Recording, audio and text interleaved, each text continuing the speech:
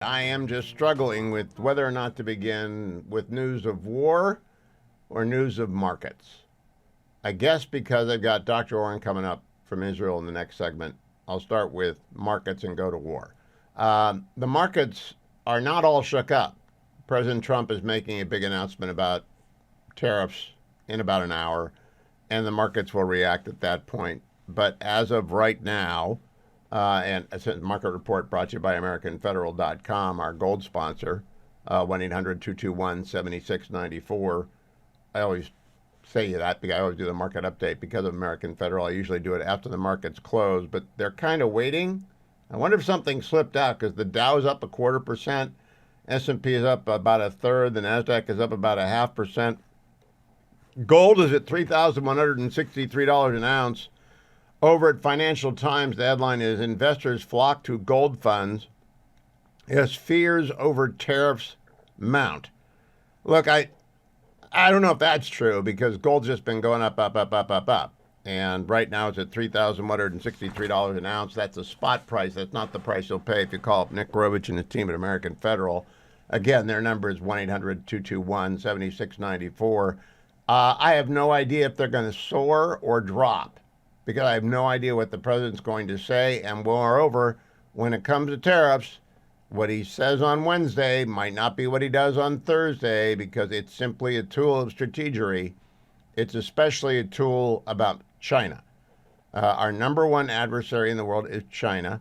The whole tariff policy is primarily designed to onshore critical production and reindustrialize America's not just heartland, but its entire country. That's what tariffs are really about. That's what they've always been about. Since Hamilton was for them, since Lincoln was for them, since McKinley was for them.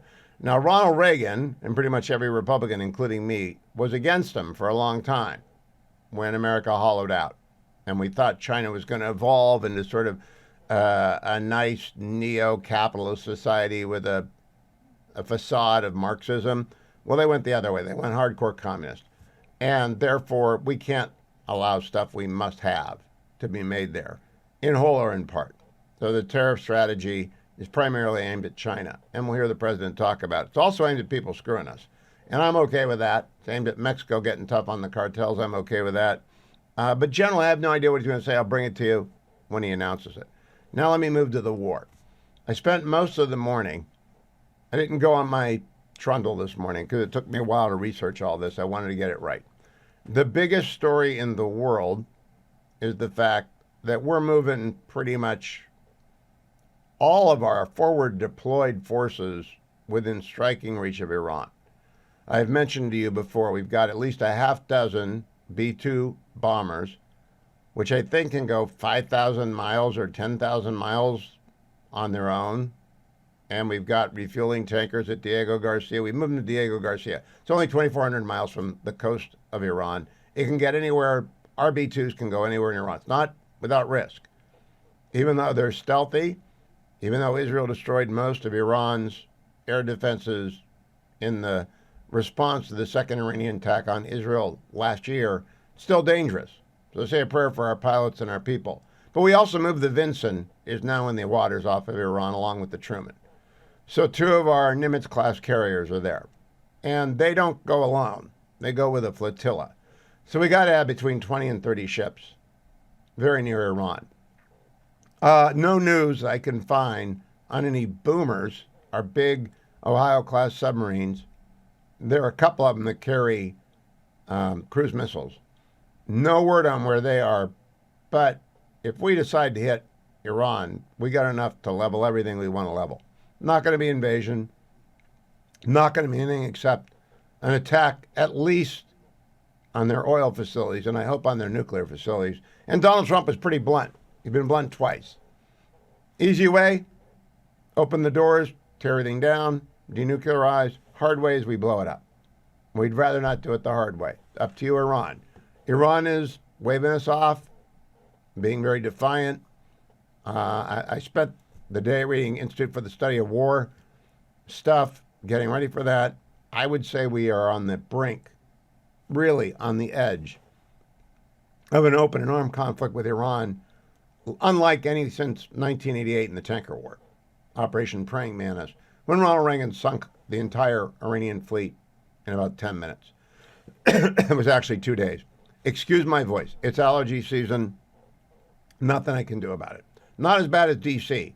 Mary Katharine Ham is coming up. We'll talk about that. Also today, Senate Majority Leader John Thune is coming by. I'm going to talk with House Budget Committee Chairman Jody Arrington.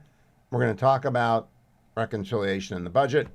I believe Senator Thune just left the White House where he was meeting with President Trump about what are they going to do. But now let me bring you to the second part of the war part. Israel has turned up the heat in Gaza. And by the way, Gaza is getting tired of Hamas as well.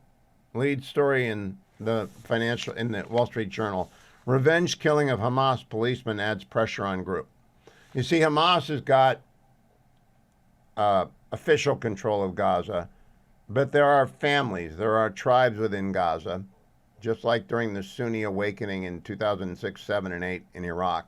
There are tribes in Gaza, and they're very powerful families in Gaza, and those families may or may not be involved in organized crime and smuggling for the last 1,000 years.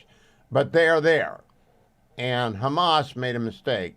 They executed one of the boys, one of the kids of one of the families. So one of the families did the mob thing and went out and had a revenge killing. So all of a sudden, Hamas has got to watch their backs everywhere. They already had a demonstration. People of Gaza are sick of this. And then last night, the Israeli Defense Forces rolled in along a corridor called the Morag Corridor, which is the first time you've heard that probably, M-O-R-A-G. They are going to drive a road, a big clearance between Khan Yunis, which is in the middle, goes Gaza City, Khan Yunis, Rafah. There's some other small towns. It's 25 kilometers square. It's not really that big. But it's sort of like Irvine Ranch. It's smaller than 100,000 acres. So the big city in the north is Gaza City. That's in ruins. Khan Yunis is in the middle. That's mostly been subdued. There's one battalion, I believe, of Hamas still operating there. And then the area around Rafah is kind of maybe clear of Hamas. But the IDF rolled in last night with ground troops, and they're cutting a corridor.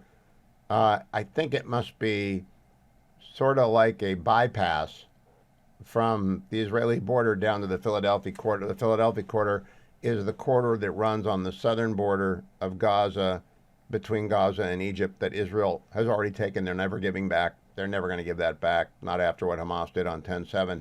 Now they're going to cut off Rafah with, I don't know if it's a triangle or a curve. There's no map, but they're rolling in. They're getting that done. And they are adopting the position that the quickest way to get the rest of the hostages out is to push Hamas back to the wall. They're trying to force the surrender. They're doing what they did early in the war. And yesterday, Netanyahu gave an interview in which he admitted, I talked about it yesterday with Aviv Reddick-Gur, that Joe Biden held them back. He held them back, he held them back, he held them back.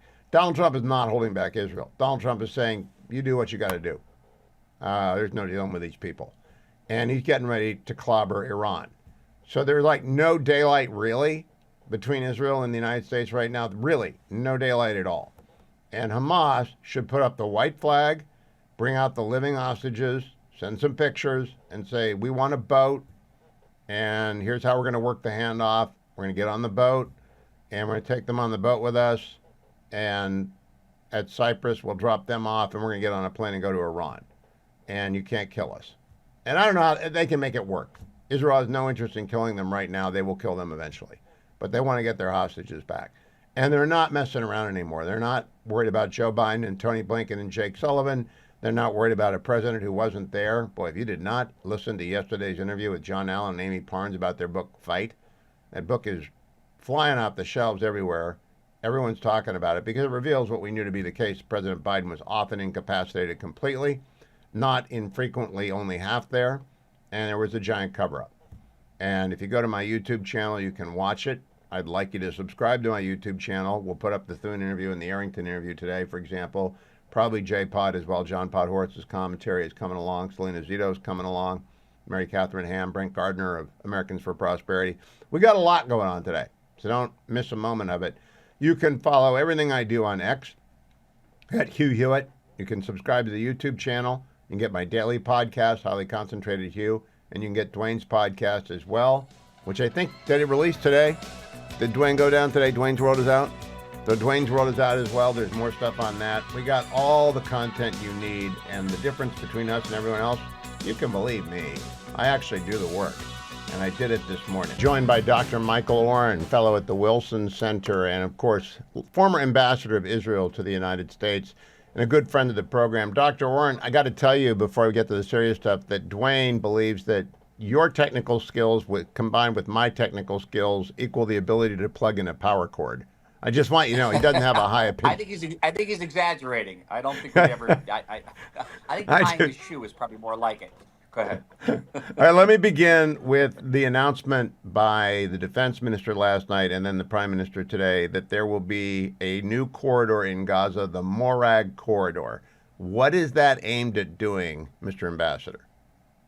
I think it's aimed at sectioning off Gaza. Sectioning of Gaza with certainly one express objective, maybe an implicit objective. The express objective is to divide Gaza in a way that Hamas cannot transfer arms and gun people and terrorists across various sections of Gaza. Because if you remember during the ceasefire, Gazans who had lived in the north and had been displaced to the south were allowed to return home, but among those displaced returnees were a very large number of gunmen, a large number of terrorists. So that's one.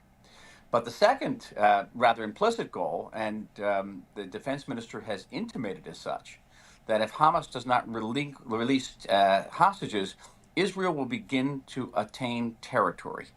And I must tell you, I'm fully on board, and I have been fully on board for many months now. There was a former left-wing general named Giora Island who came out with a proposal last year saying we are playing Hamas's game. Hamas is negotiating ceasefires for hostages. We should not be negotiating ceasefires and release of Palestinians for hostages. We should be negotiating the release of hostages for Palestinian land, because the only thing Hamas cares about is land. And so basically, this is going to be a simplistic way of saying this. If you don't release all the hostages by Tuesday, on Wednesday, we're going to annex huge parts of Gaza Strip, and then see how that works. I also read with great interest the subtitles in the interview that Gadi Taub did with Prime Minister Netanyahu. I don't know if you had a chance to watch that yet. It seems to me that the Prime Minister was very blunt that Team Biden was increasingly non-supportive of Israel as the year and a half went on of the war, but that Team Trump is 100% behind Israel. So Israel can do things now that they couldn't do when Joe Biden was sort of in office. And that's true. It's also true of world public opinion. No one's really focused on Gaza at all. Have you noticed it's completely dropped off the headlines? And, it's going to be a type of Zen situation. Because if Gaza implodes and no one's there to see it or watch it, it didn't happen. And that's increasing. There's been very intense bombing going on in Gaza in the last few days. You scarcely read about it in the Western press. A third headline, revenge killing of Hamas policeman adds pressure to the group. It's about the Abu Samra family in Gaza executing a Hamas policeman after one of their own was killed. That's the sort of thing that tells me Hamas is losing its grip. Is that what it says to you, Ambassador Oren? Yes, and it's roughly analogous to what's happening to Hezbollah in Lebanon. Hezbollah has been degraded, significantly degraded, and all the factions within Lebanon who have a deep and moral grudge against Hezbollah are now taking it out on them. And Hezbollah is cowering. And I make a prediction: you will see Hezbollah heads being knocked off one after another in Lebanon. And the same thing's going to happen in Gaza. Hamas has been degraded, and it has tortured Palestinians, has oppressed Palestinians now for 2 decades, and it's going to get its comeuppance. Now, this particular policeman belonged to a tribe, and this particular tribe has long been at loggerheads with Hamas. That's not new. Israel in the past tried to appoint members of this tribe to be local governors in place of Hamas. It didn't work. Hamas assassinated those people. But now the members of that tribe, and not only the members of that tribe, sense that Hamas is on the ropes and cannot respond the same way. Now, that's why you had these rather large, still not huge demonstrations against Hamas in the Gaza Strip last week. One of the major activists in those demonstrations was tortured, shot, and thrown off the top of a building by Hamas, and a little note attached to his body saying, "Don't mess with us." But I think it's still the beginning, and It is You will interesting. It's an remember interesting well. dynamic. You may have been Israel's ambassador to the United States when the Sunni awakening happened in Anbar province. Is that what we're Yep. looking here? The tribes have just had it, and they want to go back to taking care of their own and making money. Basically, it's not as if they love the state of Israel. They're not getting up in the morning and singing Hatikva. It's not even that they're saying that we don't really want terror anymore, that we object to October 7th on sort of moral grounds. They're objecting it to on, I would say, casuistry grounds, which is the sense that, you guys attacked Israel on October 7th. This is what happened to us. So it was a mistake. That was a mistake that they killed 1,200 Israelis, but it was a mistake that we have to pay the price for it. And okay, be that it as it may, it's an interesting development because it tends to suggest that the more Israel ramps up military pressure on Hamas, not only might Hamas relinquish hostages, but Hamas then exposes itself to the rising malcontent of the Gaza population. And the one big drawback here is that the protesters don't have guns, and Hamas still does.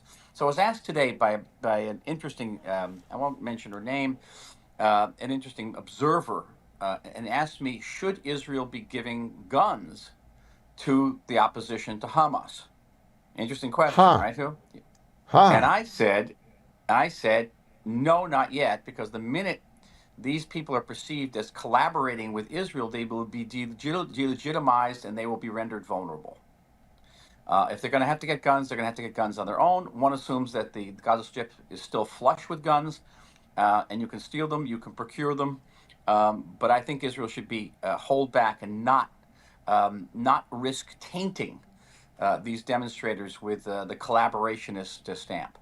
Last question, Ambassador Oren. I spent the first segment covering the details of the deployment of the B-2s to Diego Garcia, the tankers to Diego Garcia, the anti-ballistic missile defenses to Bahrain, the A-10s to Bahrain. Basically, the second carrier group is off the waters of Iran now, and Donald Trump has repeated his threat. You can do it the hard way, you can do it the easy way. Do you think we're on the point of the United States moving against Iran? I do. And that seems to be the message coming out of Washington. And so is the hope coming out of Israel. But Iran, they're smart, and they're great negotiators. They're great market negotiators, and they will publicly say, "Oh, we won't negotiate under pressure," but privately they'll get back to the president and say, "Okay, we're willing to sit down and cut a deal." And there, the great danger is, first of all, you're going up to the Iranians, who are the best negotiators in the world. And two, they're liable to secure an agreement which is only marginally better than the JCPOA of 2015. And they will proceed to cheat on it and lie about it. And we're back to square one. The most important thing is, if there is to be a negotiative process, that Israel be at the table in one way or the other, that the goal of those negotiations should be not once again to kick the nuclear can down the road, but to dismantle entirely the Iranian nuclear program. And make it verifiable. Dr. Michael Oren, Yes. thank you. Follow him on X at Dr. Michael Oren. He's with the Wilson Center. He's with the Free Press. He's everywhere, and we're very, very happy when he can join us here on the Hugh Hewitt Show. Thank you, Dr. Michael Oren. John Thune, Senate Majority Leader, just posted over at X. It's time for the Senate to move forward with this budget resolution to further advance our shared Republican agenda in Congress. And the statement he puts up, in addition to preventing an automatic multi-trillion-dollar tax increase on the American people, this budget resolution will pave the way for a generational investment in border security and national defense and unleash American energy dominance. This budget also demonstrates a commitment to reducing the size and scope of the federal government by cutting waste, fraud, and abuse, while we stand with President Trump to protect Social Security, Medicare, and Medicaid. It is now time for the Senate to move forward with this budget resolution in order to further advance our shared Republican agenda in Congress. John Thune. Now, the leader's going to join me, but I don't know if that tells me what I need to know. I'm joined by Brent Gardner, Senior Vice President of Americans for Prosperity, one of our great sponsors. Brent, I don't know if you heard me read John Thune's statement. What do you think is going on right now between the Senate and the House? Yeah, so I did not hear you read the statement, but I know that this week we've seen some critically important movement on the work together, but there's still so much to be done. Now that it looks like we've got at least a pathway for the process moving forward, there's still a heck of a lot of work to be done, and this is where the real elbows start getting thrown to get a great package. Now, I'm wondering, what do you think is the sticking point? From whispers and clues, I think the House wants to cut deeper than the Senate wants to cut. specifically Medicaid, by making it a block grant. Is that your understanding? It definitely looks like that based on the conversations thus far. But I'll say that the Senate just seems to be kind of working through some of the stuff on their side. But ultimately, to get this done, I think it's going to require some significant cutting. And I think that's the work that the Senate's doing right now. And hopefully they wind up in a place that's acceptable to both sides. Now, I am told that things like NPR, Corporation for Public Broadcasting, and others cannot be cut under the Byrd rule, that you've got to go after mandatory spending. Is that your understanding, Brent? I think some of those conversations are happening with the parliamentarian this week, but it's certainly, there's a huge pool of areas where they definitely can do some cutting, and I think that that's really where members need to keep their focus. This was a top priority of the American people during the election last time, and I think ultimately, if they're able to find some area of common ground, we can move forward with a package that's going to be great. Now, I think they can make cuts to the federal workforce that administers entitlements. I think that would clearly make it through the Byrd rule because it's directly related to the programs that are being cut that are considered mandatory spending. Have we ever tried that before, just mandating that everyone has the authority to cut up to, say, 25% of their workforce? Not to my awareness, but I do think there's a good opportunity for them to look at things like that in this package. I mean, clearly, these are the kinds of changes that groups and organizations like ours have been calling for a long time. How do you right-size government? And so many of these programs, as we see, have become bloated and deserve to have an opportunity to have those things reviewed. But that's something that we're going to have to work through as we go through this bill. Now, when you say go through this bill, how do you expect it's going to roll out? Do you think the public is ever going to see it? Because, what happens time and time again is the Republicans unveil something and then they're amazed when people on their team doesn't like it because it doesn't go far enough or do anything that smacks of a conservative win. Do you think we'll see it and have a chance to comment on it before they just present it? Boy, I hope so, Hugh. I think, what we've seen is that this era of extremely close margins has led folks to hold things till the last minute. And whether it's in order to try and not put things out there for too long to build up opposition and then try and get action at the end, or because they're negotiating until the very end. It's clearly something that the American people have said time and time again that they don't like. But look, I mean, we saw two good victories yesterday in Florida that added some numbers in the House. But ultimately, those extremely close margins still make getting a final deal done a big challenge. So I think it would be a benefit to both chambers if they were to give the American people an opportunity to see it. But we're on such a compressed timeline, it probably won't be long. And I think we're going to have to trust that these guys who've been talking about these issues are going to put forward a really strong bill and then hold them accountable if they don't. Well, I believe that the biggest margin the Republicans can have is right now because they've had two untimely deaths in the Democratic caucus. The Republican vacancies have been filled. So they've got the biggest margin to drive through, so they should act while they can. That's my view, Brent. Is that yours? Absolutely. Velocity is key here. We've seen time and time again, the longer these things sit out here, what happens is the bill starts to get picked apart. And the strength and the unity that we've seen in some of these votes so far will come under challenge. Frankly, the American people need to see this action quickly. Hopefully Congress follows through. Brent Gardner from Americans for Prosperity, one of our great sponsors. Thank you. I love your updates. Love your timely intervention in this process. Keep pushing them hard. With the happiest podcaster in America, Mary Katharine Ham. Mary Katharine, I played a little Willem Dafoe there after listening to the latest Getting Hammered. Were you choking Yes. Vic through the whole episode? The cherry blossoms really do a number on us here. There's only so much we can do to survive. I'm so glad I'm not there. I will tell you, though, he might think he's coming back soon, but if he's got what I had, he's going to have that for 3 or 4 weeks. You should just break the news to him. He's going to sound like the Green Goblin for a long time. Now, Mary Katharine, I have many questions. First of all, you took the gang to the Washington, D.C. Zoo, which is a fine zoo.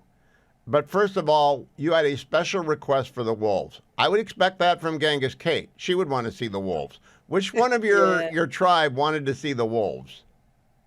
It was the older two, but the younger two also really like to howl like wolves, so they were very on board for this as well. And I've actually been to the zoo many times. I don't remember there ever being wolves. Were the wolves out? Were they lying around looking predatory? They were, and they were looking predatory, in fact, sort of staring us down, which was sort of exciting for everybody. And I was glad that there's a containment system. I do not like wolves. I am not a wolf fan. Number two, I've been enough time, but you made a rookie error. You parked at the top of the hill. did. And would you explain to people why that's like a rookie error? I'm very disappointed in you. Yeah, I missed the turn for the lower parking lot. And what happens is, if you don't park at the bottom, the whole thing's built on a very steep hill. And so you need to walk up the hill with your children at the beginning and then end your day coming down the hill and let gravity help you as you're getting back to your car. I did not do that, but I just considered it a bonus workout because I was dragging 2 toddlers in a wagon up a hill back into the city to find my parking spot. Did anyone offer to help you? No. I think carrying a wagon with 2 toddlers, I know that hill, and I've made the mistake once. You only make it once. Now, my most important question about your trip to the zoo, then we'll get to Mount Vernon, is the QR code. All right, the QR code at the zoo. You're right. That's a COVID hangover. You're right. They're collecting data. Do you think a call to Doge might end that? Because that is a jobs program. That's stupid. It's very stupid and it's very unpleasant because all the families with their children who are on a clock, because if you got little kids, they're on a timer for how much time they can spend at the zoo before they need to be at their nap. They're standing in a line in the heat trying to get these scanners to work on a stupid QR code to go into the non-admission zoo. There's no admission price. Just let us in. Just let us in, and that is a Doge. It won't save much money because those people won't get fired, but it will certainly make people happy with Doge if they get rid of that. Now I want to know, is Mount Vernon paying you? Because they should be. They should be a sponsor of Getting Hammered. They are not, but I just love it there. It's like a 10-minute drive from the house. The big kids love it. The little kids love it. But yeah, like maybe they should be. Maybe I should be a Mount Vernon lady of the Ladies Association, which is the private company or the private organization that saved Mount Vernon and created this beautiful landmark for all of us. Mount Vernon is very well run because of those ladies, and I think they ought to advertise on Getting Hammered. Okay, let me get to the serious stuff. Revelation of the day. Your dad was stationed in Greenland. Is he Mr. Clark from Red Storm Rising? Was he working for the agency? Not to my knowledge, but if he were, I would know about it, right? That'd be the correct way to deal with that. And he still sleeps with a pillow on his head? I haven't fact checked that in a while, but when I was a kid, he definitely slept with a pillow over his head because in Thule, Greenland, for many years, he was there and he was living in the land of the midnight sun, and he had to block out all the light, and that's how he did it. All right, now I want to go back to Tootsie, not to talk about Tootsie. Tootsie came up at the Hewitt household when I was under the weather like Vic. We went for an oldie but goodie, The Sting. Have you watched The Sting in 40 years? It's been a very long time since I've watched The Sting. All right, The Sting was 2 hours and 10 minutes long, which is, that's a long time for a movie these days. How long is Tootsie? Is Tootsie a long movie? I don't think it's super long. I think it's normal comedy length. Okay, now the reason The Sting works is it's a period piece and the production values were good and it still works because Robert Redford and Paul Newman are great. Do you think Tootsie ages well? Well, look, I think you can only watch it because there's a vibe shift. Otherwise it would be very, very problematic to have all these jokes about Dustin Hoffman dressed as a woman and not being accepted as a woman properly. No, I don't know. I think Vic enjoyed it, but his taste is questionable. So we'll see. I agree. By the way, now I'm going to get to the very serious stuff. The money that we're thinking about giving back to Columbia. I am with you. Take the money. I want them to take the $9 billion from my alma mater. I want them to take the money from everyone who has Jew haters on their campus and from anyone who is violating Title VI. And then I would lay down conditions like there are people like Ben Sass and Lan Hee Chen out there. They can run these universities. Why don't we make them do that? Yes, it would be nice. One of the greatest stories of a conservative running university properly is Mitch Daniels running Purdue, where they were able to freeze tuition in a time when tuition was going sky high at every other university, and they had a great experience there. He was very popular. this is what happens when sensible people run universities, and more universities should look into it. But yeah, I don't know why we're giving them millions of dollars, especially the Ivies who have these huge endowments. They do not need our money. They don't They need do my not need money. our money. And there are plenty of people, they act like it. They came up with Claire Shipman for Columbia. Jim Tressel, the new lieutenant governor of Ohio, was the Ohio State University national championship football coach. And after he got that job taken away from him because the NC2A is full of nuts, he went up to Youngstown State and he ran it very, very well. It's not rocket science. Could you make a list over the course of a day of 50 conservatives who could run a university? Sure, because it's as long as you're a grown-up who maybe has a little bit of managerial experience and is not ideologically captured by 20-something woke warriors, like, you could probably do a much better job than what we're seeing. Like, the bar's fairly low, to be fair, but I think we have some people who could exceed it by a long shot. And not only that, stick around with me through the break so we can put this on. I don't believe that's what the problem is, the presidents. The problem is the faculty. And the problem with the faculty can be solved by giving them, not firing them, just permanent leave. We're going to pay you off forever till you retire. We got enough money to do that. You're all gone. No need to come back. I'll ask Mary Catherine what she thinks about the Hugh solution. Mary Catherine, the problem with these universities is that their faculties are not just left-wing. They're very, very left-wing. And there aren't any conservatives. Like the Harvard Crimson did a survey that showed 1% identified as actual real conservatives. I think that's overstating it. They could just send everyone home. They have enough money to replace the entire faculty. I think that's a true statement. Do you think that's a true statement? I think that's probably a true statement. I think the issue is, even if the presidents aren't as crazy as the faculty, the presidents, I don't think you can replace the faculty with anybody who's not liberal. I don't think they think of education that way at all. Even neutral to like center-right moderates on a campus as a faculty member have to just zip it up, and if they don't, are often punished for it. So I don't believe if you magically got all the professors out, would you actually replace them with anybody worth a dang? I don't know. You could find them. They are out there. You could call Larry Oren and find out his PhDs and repopulate, not everyone conservative, but a significant, my undergraduate years, which are a long time ago, there were lots of conservatives running around Cambridge. I don't know about the University of Georgia. Insane. Just not insane would be great. It's not that hard to do. Finally, I would fire all the admissions staff, because the problems among the students are because the admissions people, and I don't know who wants to be an admissions person. I don't know who grew up wanting to be an admissions person. Did you ever want to be an admissions person, Mary Catherine? No, but I'm sure there's a power trip involved. I saw an old NBC article from 2020 that was like, that I had forgotten this insane story, where someone got into an Ivy League with an essay that was just Black Lives Matter, like 1,000 times written down. Like, the signaling over actual substance is a problem. And I know many of these students are accomplished and smart and they check a bunch of boxes, but I do think Barry Weiss has talked about, hiring or admitting for courage, right? People who are not afraid to think differently, who are not afraid to speak out. And I just think they're so similar. All these students they're letting in, that you don't get an environment where you're going to learn anything or inquire about anything. And they are being selected by people who think just like they do. Mary Katharine Ham, go subscribe and like Getting Hammered, and follow her on X at MK Hammer.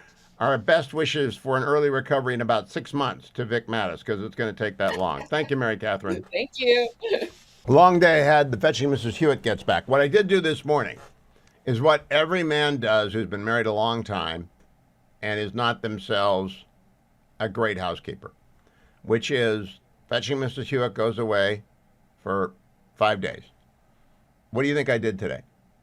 Absolutely nothing. No, I cleaned the house. You did not. I did. Did all the laundry, did the dishes, turned off all the lights, straightened up, opened the windows, pretended like I'd been taking care of the house for 5 days. Did you dust? I did not dust. Okay. No. Well, that's why you're sneezing. Well, that might be the case. But I just want to point out, that's the way you are, too. Whenever Joy leaves, You don't do anything. You around wait. the house. You wait until when actually we have house cleaners that come in now. Oh, okay. Oh, you 1%er, you. Yes. MyPhDweightloss.com, 864 644 1900, 864 644. 1900. I was wondering last night, because I'm out of food, of course. There's no food. Well, So 1%er. Yes. I went through the In-N-Out line, and I'm just curious, what do you think? My In-N-Out is a double cheeseburger, fries, and a milkshake. What do we you call think? we call them double doubles. Double doubles. Yes. Is that on the My PhD weight loss? If you're losing weight, you can do a double double as long as you do it protein style, which means they do I did not. a lettuce wrap instead of bread. I didn't, and I had the French fries and a milkshake. Okay, well that would be problematic. Well, you see, My PhD weight loss is not intended for people who've been without spousal support for 5 days. Okay. In-N-Out burger exception should apply to MyPhDweightloss.com, don't you think? Not if you want to lose weight. That's the problem. He lost 50 pounds and he just brags about it. 864 644 1900. That's 864 644 1900. Coming up next hour, John Podhoretz of Commentary Magazine joins me, as does former Congressman John Campbell. President Trump is going to make an announcement in about 5 minutes that's going to do something to the aftermarket. I don't know what he's going to do on tariffs. John Podhoretz and the commentary guys talk way too much about tariffs. I don't care about tariffs. I really don't. I don't understand them. To me, inflation is not about what you put tariffs on. Inflation is about groceries and gas. And so my minimalist worldview is if tariffs drive up the cost of foreign cars by 10%, it's not the end of the world if it helps the American car company. But I really don't know what I'm talking about when it comes to tariffs. So I'm not going to say much. I'm just going to talk to John Podhoretz about the fact I just don't care that much about tariffs, and they care way too much about it. President Donald Trump is talking about tariffs right now. We'll bring you the substance of what he has to say when we can cut it up and give it to you. All I know is the reflected effect of his remarks to date. Now, today, the markets went up. The Dow closed up 0.5%. The S&P closed up 2/3%. The NASDAQ was up 0.8%. In the aftermarket, all right, so the markets are closed, but trading goes on in ways I don't understand. The markets are never really closed.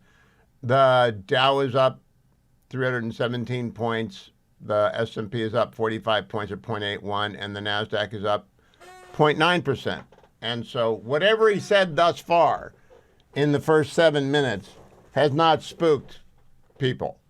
A lot of people are worried about tariffs, and they're worried about what it's going to do and what's going to impact the economy overall, and nothing much has happened. Gold popped up to 3,163. I told you about that last hour when the AmericanFederal.com market report was on. This is not that. I'm just following, does the president's remarks have any impact on the markets? Because I understand, as a free market conservative, I'm against regulations and I'm for low taxes and I am for free trade, but I'm also for not being a sucker or a dummy, and I'm not for anything that helps China out. And so I'm hoping Donald Trump lays out a tariff policy that says, China, we're done with this game with you. You cheat. And other people who have been screwing us for a long time, you cheat as well, and we're done with that. And we're not paying your defense bill anymore, Europe. You've got to come up with it. And we're not going to pay your defense bill, Canada. You've got to come up with it. So we're no longer what we were after World War II, the undisputed world champion in GDP. That's not us anymore. We got a superpower competitor. It's China. We have to make sure the rules work for China and they work for us, and that means tariffs. So I'll give a listen. I am not going to jump to a conclusion that's based on ideology when it comes to a particular aspect of economics that I know nothing about. I know that oil is at $72 a barrel for West Texas crude. It's at $75 a barrel for Brent crude. That's pretty much in the range where it's been for a year. So inflation isn't going up. Inflation is supposed to be down below 3% this year. We'll see. I really don't think tariffs can drive inflation dramatically. They can hurt some sectors. One sector they can hurt is agriculture. President doesn't want to hurt the farmers. When he was Trump won, He made sure farmers got paid bonuses for the fact that the secondary impact of tariff was to hurt farm exports. I assume he will do the same thing again. That will be fine by me. If you want to figure all this out and actually hear people talk about it, like Stephen Moore, Grover Norquist, Kellyanne Conway, come to the Job Creators Network annual Freedom Fighters Summit. We're going to Savannah on May 1st and 2nd. I am going, Fetching Mrs. Hewitt is going, Bill Bennett's going, Mike Gallagher's going. I think Governor Youngkin's going. I think Governor Kemp is going. We can all lobby Governor Kemp to run for the Senate against John Ossoff, the Invisible Man. And the tickets are available at jcn2025summit.com. JCN, like in Job Creators Network, jcn2025summit.com. If you use the promo code SALEM, SALEM, you'll get 50% off the second ticket. Husband and wife, therefore, it's not 2 for 1, but it's 2 for 1.5. And that's a good deal. Or you can just take someone and let them think you brought them a full price ticket, whatever it is. Use that promo code SALEM for your second ticket to get 50% off, and make your reservations because we're going to run out of space. Portions of that donation, by the way, are tax deductible, and because they support the Job Creators Network, and it is tax deductible, Job Creators Network Foundation. But you got to ask them how much. JCN2025summit.com, promo code Hewitt. Let me go to our coverage last night on CNN. They had an election panel. Scott Walker was there. Democrats won the Supreme Court seat in Florida. Republicans won the 2 congressional seats the Democrats won the Supreme Court seat in Wisconsin. Republicans won the 2 congressional seats in Florida. None of that is a surprise. Here is Scott Walker on the election coverage with Abby Phillip and Jake Tapper last night, cut number 12. I'm going to go back to Elon Musk for a second, because, I mean, it is true that he spent $20 million on affiliated groups that were involved in this race. Is it a risk for Republicans to put all their eggs in that basket?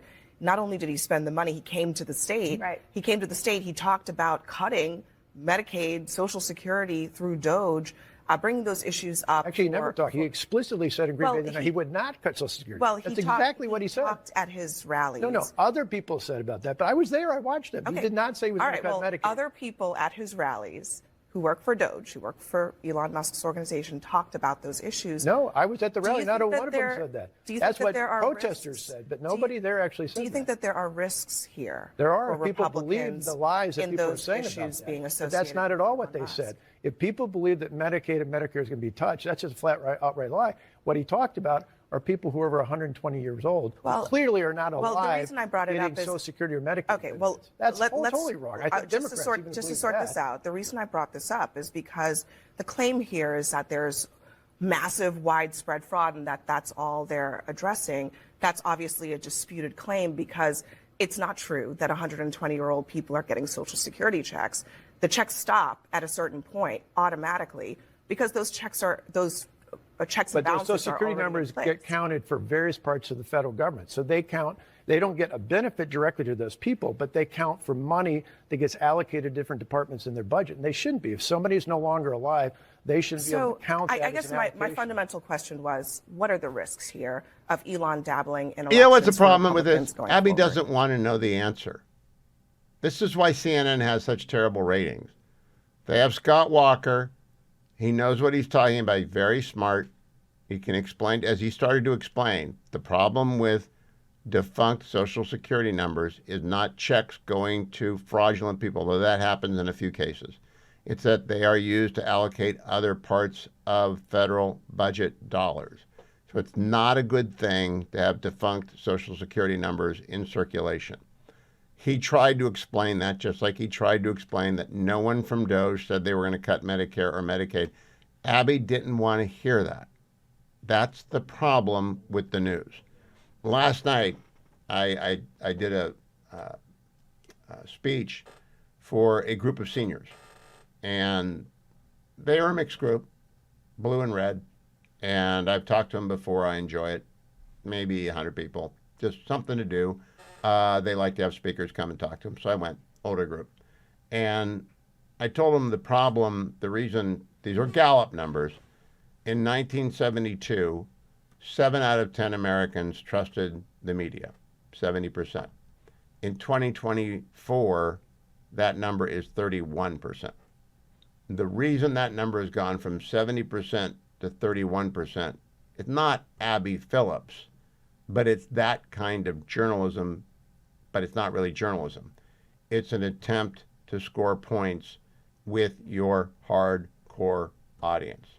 Your hardcore audience wants to hear from you on a network what they believe.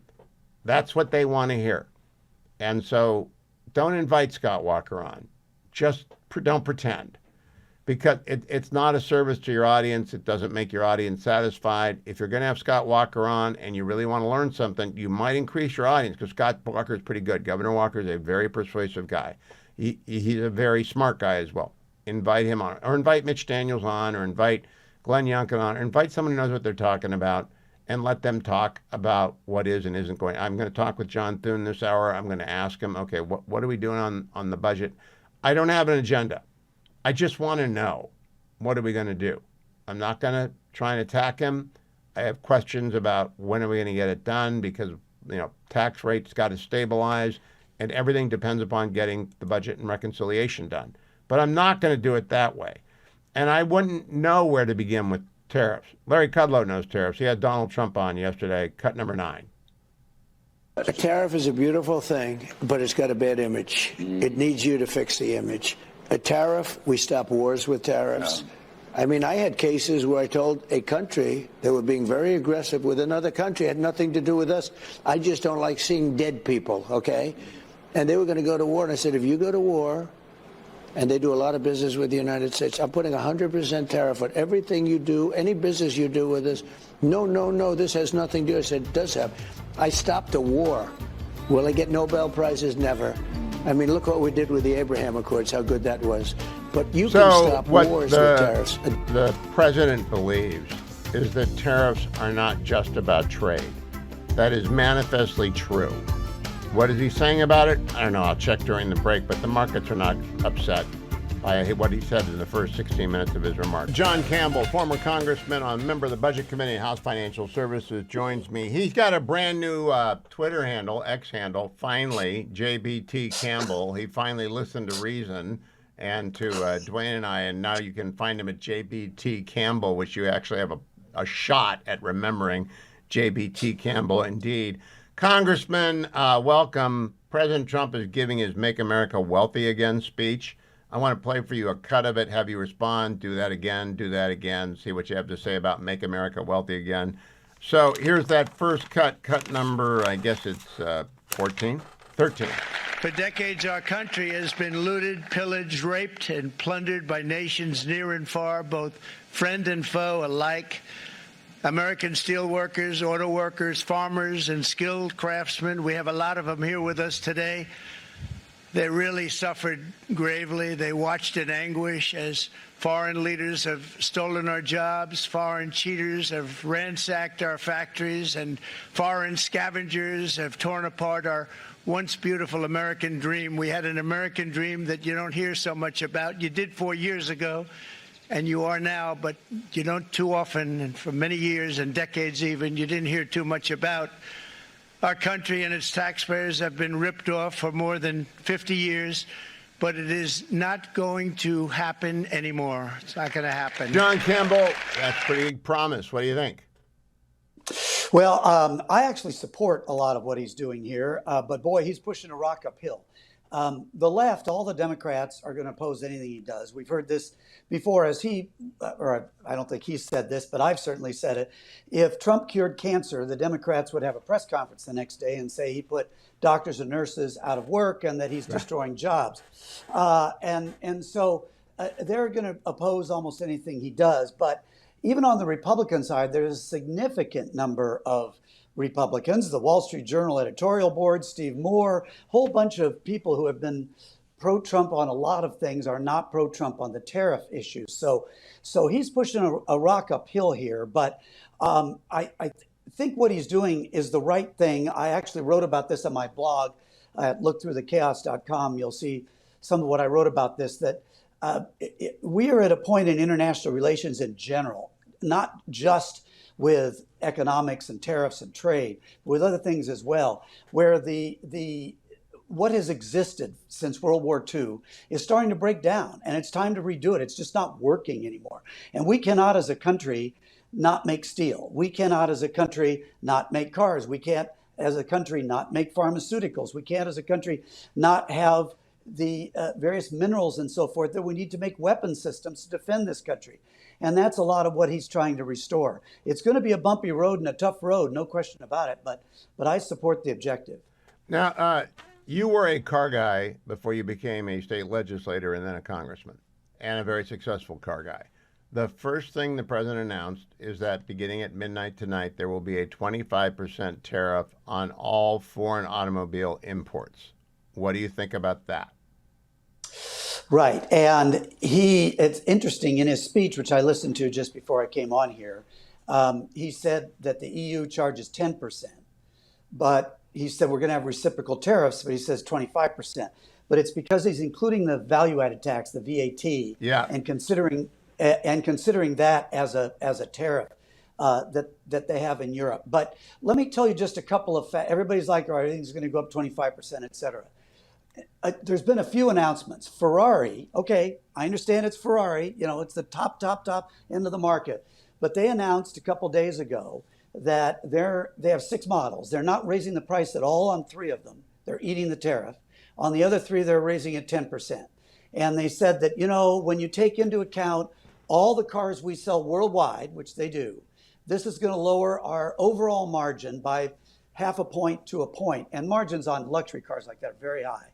And the stock went up. The Ferrari is a publicly traded company. The stock went up on that announcement. Porsche announced they're raising the price of the 911 by 7%, but the rest of their cars only by a few hundred to a few $1,000s each.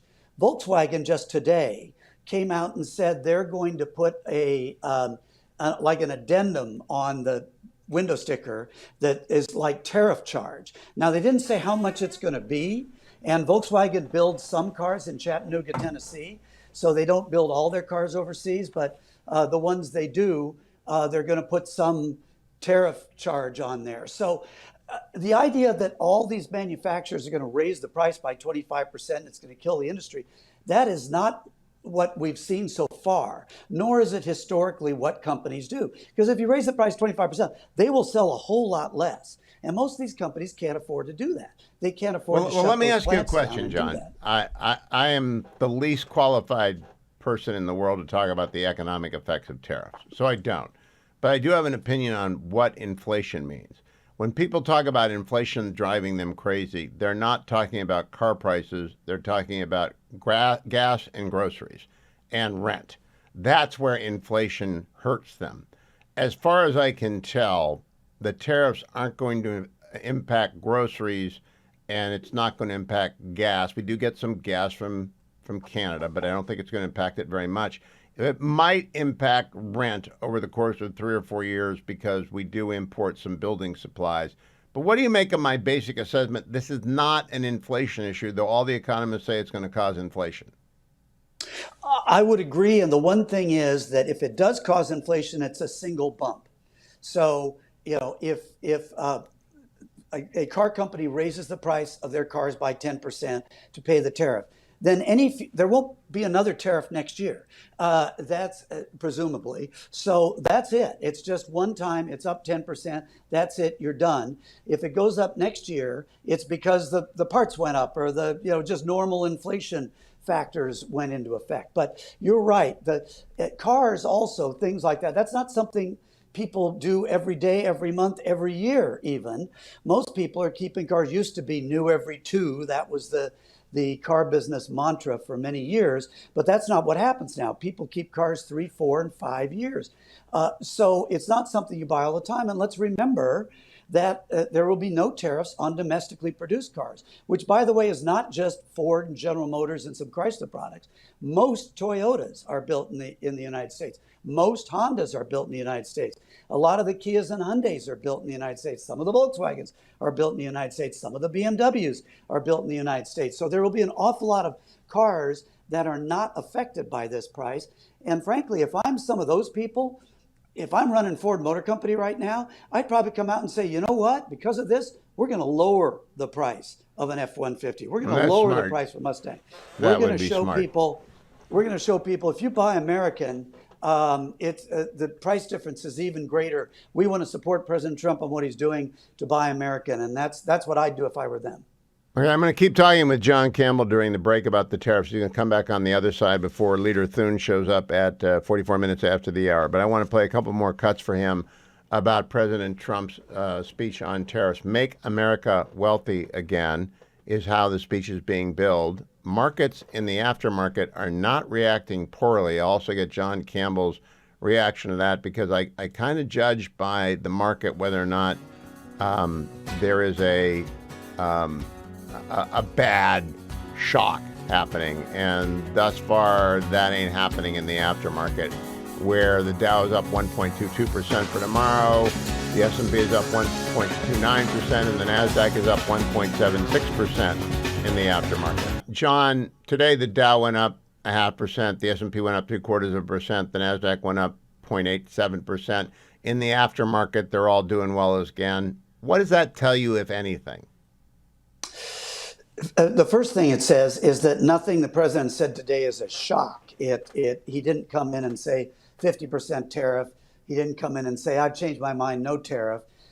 It sounds like, and he's still talking as we speak here, showing up charts. So he's showing up a chart right now of reciprocal tariffs, of how much by country, how much they charge us and how much we charge them, and what they're going to do about all of that. And he also pointed out during the speech earlier that there are a lot of non-monetary tariffs, and that's some of what he's talking about as well. I remember when I was in Congress, we were working on that the EU would not allow any GMO, the import of agricultural products that were GMO. Well, all soybeans are GMO, all corn is GMO, all that stuff is done so that the bugs don't attack it, so you can make more of it. That's a whole separate subject we don't want to get into. But the point is, they basically banned the import of U.S. agricultural products because of the way we produce them. So that's a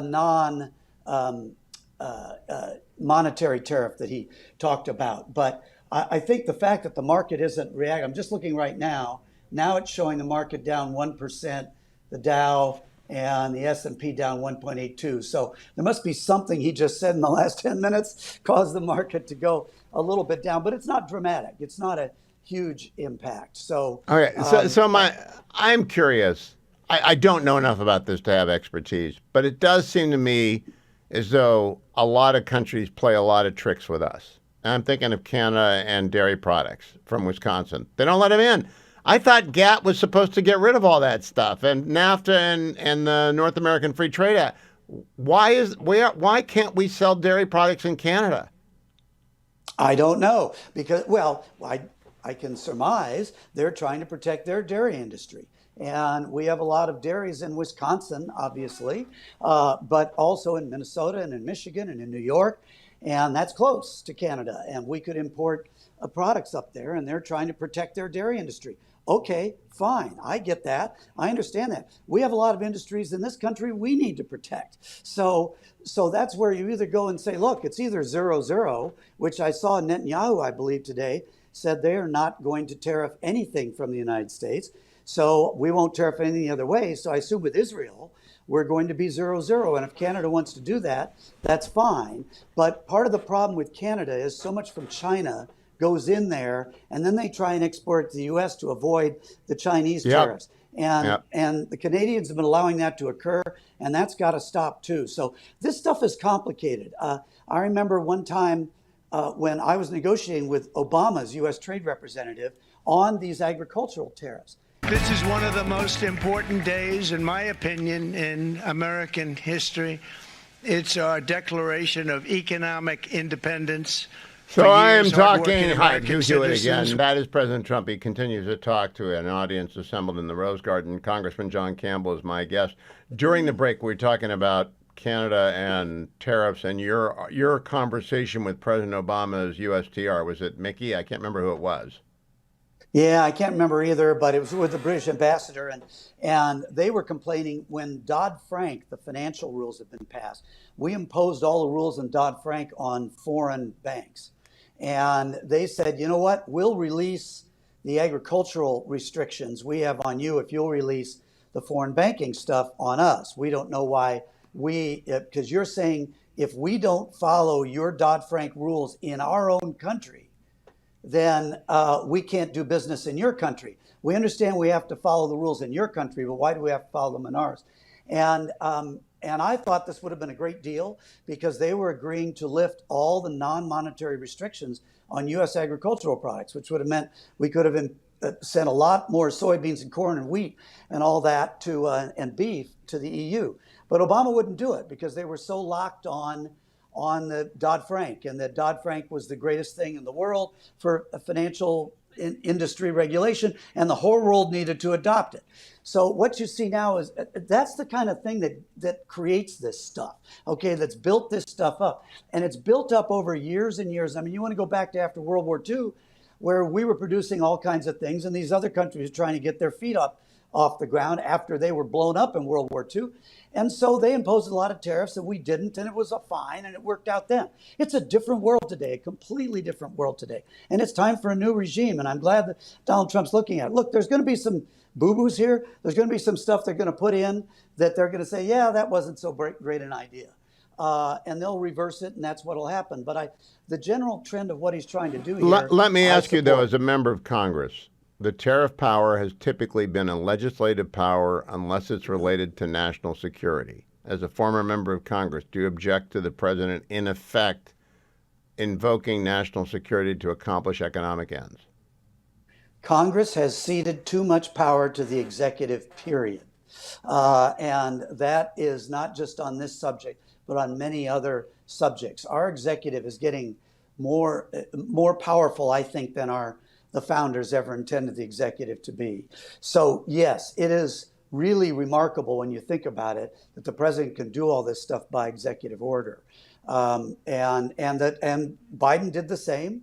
And so, and as I say, when I was working with Obama, they were doing the same. So there is too much power in the executive, in my opinion. So, and now I've got Leader Thune coming up, so I want to ask you a very quick exit question. The Byrd Rule. Is it as much a pain in the neck as I think it is for getting serious cuts done? Yes, it is. And there's a whole lot of these arcane restrictions. We've talked about the Budget Act of 1974 and the Byrd Rule and some other things that make it difficult for Congress to move. Because one of the reasons so much power has been lodged in the executive is because Congress has become so calcified, not because of the current division between the parties, but because the rules make it so difficult to move on things and to act and to react. And frankly, because the federal government is too involved in too many things. I mean, it's too involved in too many things for 537 people too big to manage. Too big and time to cut. John Campbell, thank you. Follow him at his brand new X handle, which actually makes sense. JBT Campbell. JBT Campbell on X. Thank you, John. Joined by the Majority Leader of the United States Senate, John Thune. Senator Thune, welcome back. It's great to have you, Leader. You were at the White House today with President Trump. Were you talking about budget and reconciliation? We were indeed, Hugh. Good to be with you, as always.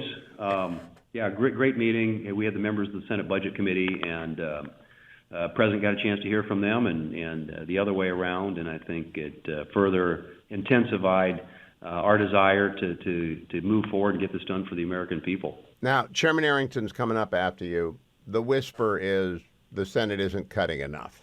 What do you say to that? Well, I mean, we write the bill differently over here. We've got to comply with Byrd Rule requirements that the House doesn't. And so if we miss it by $1, we're out of compliance, and that loses privilege on the floor, which exposes what would be otherwise be a 51-vote majority to a 60-vote threshold. So it's a very, we have to do this in a very fine-tuned way. But we've got a section in there that says that our objective here is to get to $2 trillion in savings as a minimum. And I think, the House is at 1.5. So I believe at least we have the Senate instructions to the House instructions. Hopefully the House can pick it up and pass it, because the only things really that we change are the baseline that's used, which allows the tax cuts to be permanent, which I think is really important and something the President's very supportive of.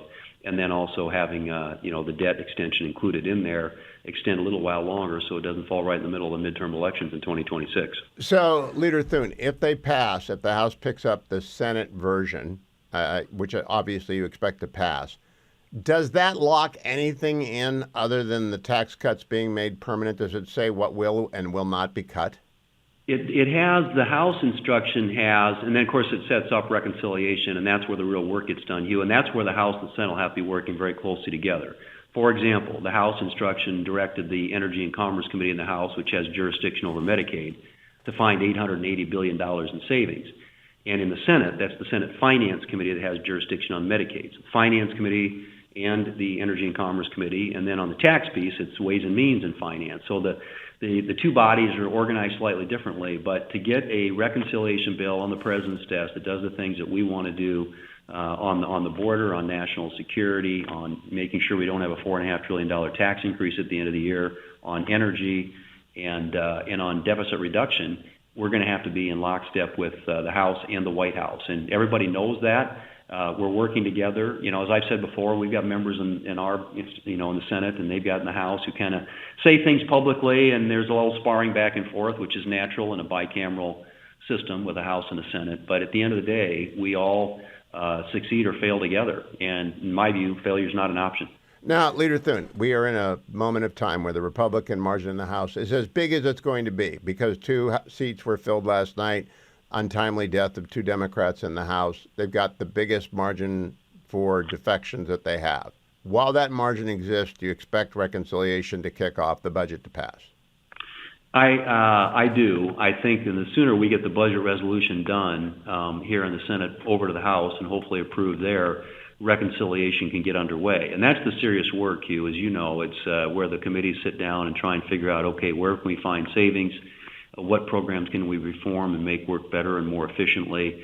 And here are the tax policies that we want to extend. And here are some new things that the President's put on the table, including, no tax on tips and some other ideas. And so we're going to be working very, very closely to ensure that the final product is something that incorporates all of our objectives and goals. And again, it's border security, it's rebuilding the military, energy dominance for the country, making the tax law permanent and with some additional changes, and then some very important deficit reduction where we find savings and try and put the country on a more sustainable fiscal path. So it's all those are the objectives and the goals, and to get there we have to get down in the specifics and the details, and that will happen once we get past this budget resolution and into the reconciliation phase. Does the budget resolution in the Senate have a top-line increase for defense? Because I'm watching the B-2s go to Diego Garcia, the Vincent show up along with the Truman in the Persian Gulf, a lot of deployments of additional resources there, and I'm thinking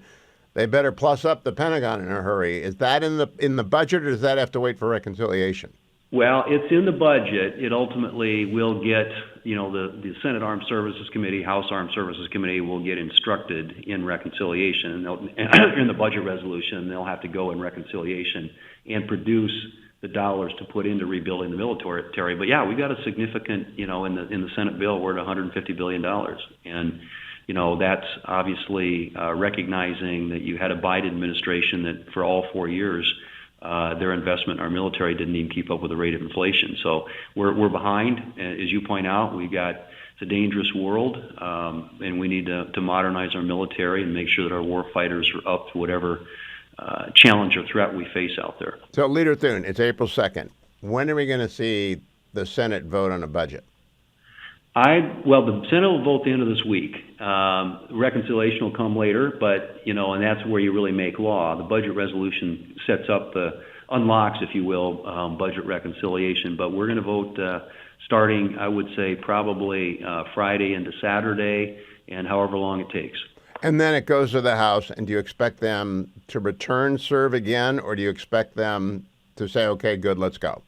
Well, I'm hoping that with the president's help, we can get them to get that's good, let's go. Because we didn't, we didn't modify their instructions. All we did is add to it. We added a Senate instruction. I'm hoping that the Speaker and his team over there can succeed in getting this passed, because we don't have a lot of time to kick this back and forth. And I think we've done everything we can to preserve the House's work and then give the Senate the flexibility it needs to get the budget resolution passed. And then in reconciliation, we actually get down to the hard work of agreeing on the policy changes that we need to make. And the sooner we get started on that, the better. Last question, Leader. Do you expect all 53 Republicans to vote for your budget resolution?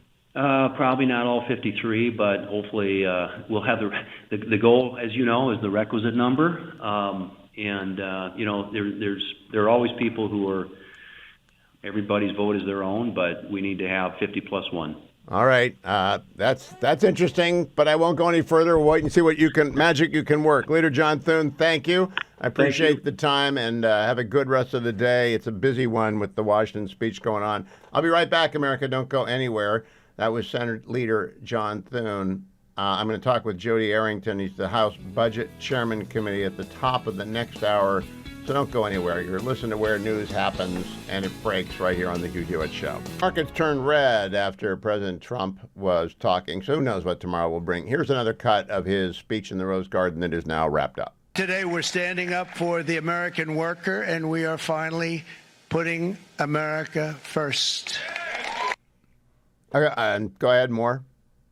For nations that treat us badly, we will calculate the combined rate of all their tariffs, non-monetary barriers, and other forms of cheating. And because we are being very kind, we're kind people, very kind. You're not so kind when you got ripped off with your salaries. My auto worker friends and my Teamster friends and all of the unions that typically voted Democrat, they're not voting Democrat anymore because worker, whether union or non-worker, they're for the Republicans now. That's what happened. But we will charge them approximately half of what they are and have been charging us. So the tariffs out the charts. And when you add in the actual tariffs, the trade barriers, the value-added taxes, the non-monetary barriers that John Campbell was talking about, NASDAQ futures, doesn't look good. The implied open is off 500 points. The implied open of S&P futures is off 100 points, and the implied open of the Dow is at minus 273. So they've absorbed it now, and they didn't like the charts at all. What I care about is what Leader Thune just said. The Senate's going to get a budget resolution through. It's going to cut taxes. That's what matters. It's going to be like, we got a great sponsor, the American Legislative Exchange Council, alec.org/Hugh. They follow the Southeast is in a tax war with each other. I love this. South Carolina just unveiled a bold tax reform plan. They're going to take their income tax rate from 6.2 to 3.99% because they got to compete with North Carolina and Georgia. In Mississippi, Governor Tate Reeves eliminated the income tax. The Georgia House and Senate improved another set of income tax cuts. You see what's going on? The Southeast has figured it out. That's why people are moving down there. Not only that they do not like the snow and the cold, they're not worried about climate change. They're going to the Southeast because they can save 3, 5, 10% of their own money for their own pockets by getting out of the state that they're living in, for example, California or New York, and going down there. And if you want to know what's going on any part of the state world, especially in education, ALEC follows it all. Get their newsletter once a week. Go to you can look up American Legislative Exchange Council if you want to join it. You're a legislator. You ought to be it, but not bipartisan, Democrats and Republicans. But if you want the weekly newsletter, alec.org/Hugh. ALEC with a C, alec.org/Hugh. That's the American Legislative Exchange Council.org/Hugh. I love the fact that they keep us up to speed on everything that's happened in the tax wars. I'm going to come back and find more of the Trump cuts that have spooked the market a little bit, but it's going to be a brand new trade world come tonight at midnight. And I'm not buying a car this week, so I don't really care. But 25% auto tariff on foreign imports tonight. We'll talk more about it in hour 3, beginning with House Budget Committee Chairman Jody Arrington. To add Leader Thune on, we'll start with Chairman Arrington. As legendary football announcer Keith Jackson used to say, here's the situation. The House and the Senate have to agree on what's going to be in a budget reconciliation package. I talked with Majority Leader John Thune last hour. I'm now pleased to welcome the Chairman of the House Budget Committee and a member of the Ways and Means Committee, Congressman Jody Arrington of Texas. Mr. Chairman, welcome. I've talked to the leader. You tell me, where are we in this process of budget reconciliation? Well, it's good to be with you, Hugh. Where we are is the House did the very difficult work to strike the balance between the expenses to cut taxes, to lock those taxes in to permanence, to invest in security, both border and defense, and then to offset those costs with spending reductions and bend the curve on the mandatory spending that's driving our unsustainable national debt. To do that, we had to strike a balance and work very hard to bring the factions in our conference together and thread the needle. And we had essentially one vote to lose in order to pass that. And we had a balanced budget resolution as a result. We passed it. We have the full America First agenda. It wrapped up in that budget resolution. And now the Senate has to return serve. And my hopes are that Leader Thune and the body in the Senate will do the same thing. They will be fiscally responsible, but they will move with urgency. Failure is not an option. This thing has to work if we're going to see better and brighter days for this country and give the president the tools he needs to enact again his America First agenda. Well, Leader Thune was at the White House today talking to President Trump, and they're making progress there. But when you say return the serve, we don't want a long volley, to borrow your metaphor. I mean, long volleys are fun at Forest Lawn, but they're not fun right now. Do you think this is going to be done by Easter? I hope it is, but I got to tell you, when I say return serve, I mean they need to squarely return it in the court and not whiff it or shank it into the stands by sending us a resolution that has only a few $1 billion in savings. We borrow $6 billion a day, $2 trillion in annual deficits that will double in 10 years. And so it has to be positioned to bring the country's debt to GDP down while we're putting the pro-growth policies in place, while we're putting the resources necessary to secure the border and enhance our military readiness.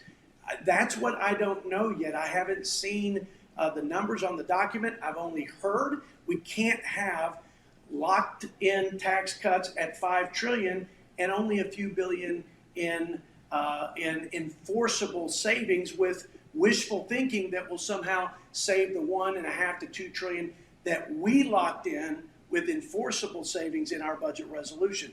Okay, now that's a clue. I play Clue with my grandkids, and the candlestick and the Professor Plum in the library, right? That's a clue. The clue is you guys agree on taxes, but you don't agree on cuts.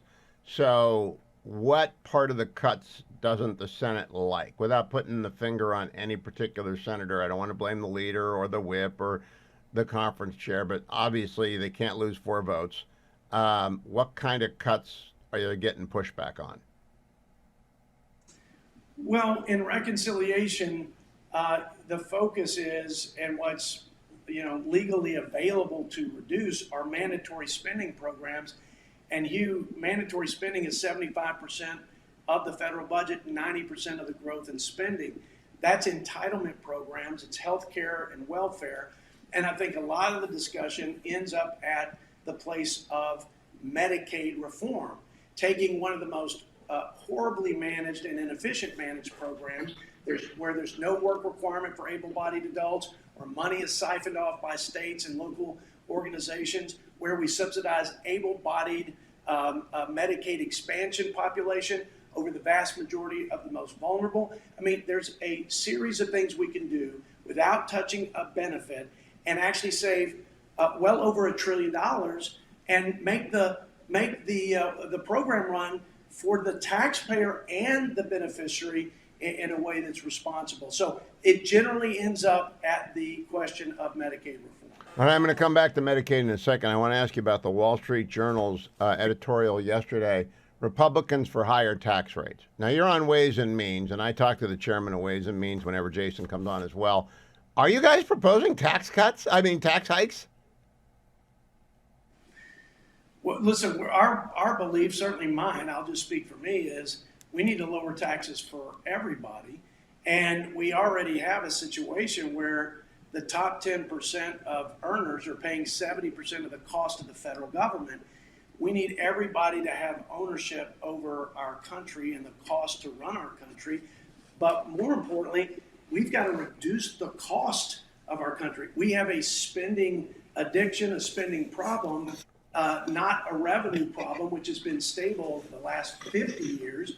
But we see a hockey stick on our spending, mainly in entitlement. So we need growth. We can't, it's unacceptable to think about a $400 billion tax hike every year for the next 10 years on account of not extending the Tax Cuts and Jobs Act.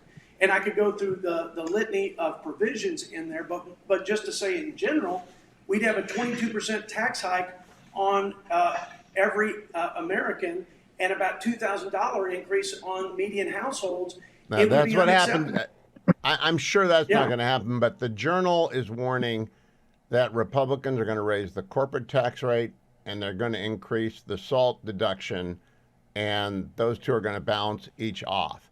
I don't know, and it's actually beyond my technical competence to understand how that would work, but is that in fact in the work, raising the corporate tax rate and raising the SALT deduction? Listen, our priority and our focus is to lock in the Tax Cuts and Jobs Act and additional tax provisions that the president mentioned, like no tax on tips during the campaign, and to be responsible in offsetting the cost by reducing spending. So spending is the problem. We need the pro-growth tax policies, and the two go hand in hand to reduce the debt to GDP. That's I'm the with priority. you. All right, that's the answer I wanted. Let's go back to Medicaid. For a number of years, I was a Medicaid regulator in a small way. We in Orange County, California, I sat on a board and we took care of some Medicaid issues. Medicaid should be block granted to the states. And you could, if you just block grant it and reduce it by 10%, you'll save a lot of money and it will be more efficient. Medicaid insurance is not actually health care. It's just a piece of paper that most doctors won't take. Do people understand that in the Senate? Medicaid does not work. I sure hope they do, Hugh, and I'm so glad you mentioned that. And I think the easiest way to get through the efficiencies to make it work for taxpayers and the beneficiaries alike is have the 50 laboratories of democracy, figure out where the best practices are, let states have the freedom and flexibility to meet the needs of their population, include, though, the responsibility of able-bodied adults working, but you wouldn't have money spent on rent and cars and air conditioning or illegal immigrants. You wouldn't have the $500 billion and greater in improper payments that exist today in Medicaid if you had ownership of that program by the state. So that is certainly one of the considerations on the table for. Now I want to talk about a small thing that's it's symbolic of a big thing. That's NPR, that's PBS, and the Corporation for Public Broadcasting. It's less than $500 million. It's $535 million total. I want it zeroed out, Mr. Chairman. I'm in the business, right? There's no reason for me to compete against a subsidized radio and television station. Does your budget zero out public television, public radio? I am 100% for what you just said, and I think it's unconscionable to subsidize a public radio and TV. It's not just the biasness, it's unconstitutional, unnecessary, irresponsible, et cetera, especially when you've got $36 trillion in debt and you're paying $2 trillion in annual deficits. But budget reconciliation, just to be clear, is the color of money of entitlements and mandatory spending. So in order to do that, which I'm all for, it would have to go in the annual appropriations process. So I support it. We should do it. We should put it in our annual budget. That's more of an appropriations issue. We set the top line, but I can tell you here and now, I am all for it. It should have happened a long time ago. So it won't fit under the Byrd rule, though? It won't work under the Byrd rule? No, it will not, because it's discretionary operational monies. I got to tell you, the Byrd rule is the one thing that someday someone's going to explain it. Whatever Byrd set up, it's almost, I've been trying to understand it for 25 years. And unless you live in the Senate, breathe in the Senate, have the Senate parliamentarian on your right hand, you're never going to figure it out. All they got to do is get it together and make the tax cuts permanent and build up defense and build the wall, and I'll be happy. Markets are not liking President Trump's speech, and I'm about to play some excerpts of it for you. The good news is it'll probably drive down the cost of buying a house. Right now, your 30-year mortgage rate is in the mid sixes, maybe low sixes, depending on your credit rating, where you want to buy. And you don't want to postpone because of markets up and down and tariff policies and tax bills and things like that. You might want to wait and see if the state and local taxes thing is going to get through, because that might affect if you're making a move and you're just throwing the dice and moving to a different state, because you've had it with California and New York. You want to find out whether or not you have to worry about state and local taxes being part of your tax equation, but it's not going to affect your home price too much. I walked my law students this week through what happens when you buy a house in, say, Lancaster, California. I love Lancaster, been up there a few times, or Palo Alto. The house that you bought in Lancaster 30 years ago is still worth pretty much what you paid for it 30 years ago. The 1,600 square foot house that you bought in Palo Alto for $200,000 40 years ago sold for $8 million this week. I'm not making that up. The average square foot cost of a house in America is $254. Inside the Beltway, it's $400. And inside Palo Alto, for that house, it's $4,800 a square foot. So you definitely want to plan on buying your house in a place that isn't presently prohibitively expensive, but AI can help you with this, but so can AndrewandTodd.com. If you call them at 888-888-1172, number one, they'll tell you how much house you can afford.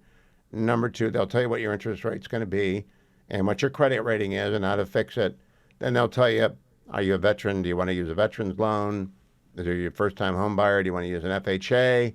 Do you want a 15, a 20, a 30? There are a million different mortgage types, but Andrew and Todd know what's best for you.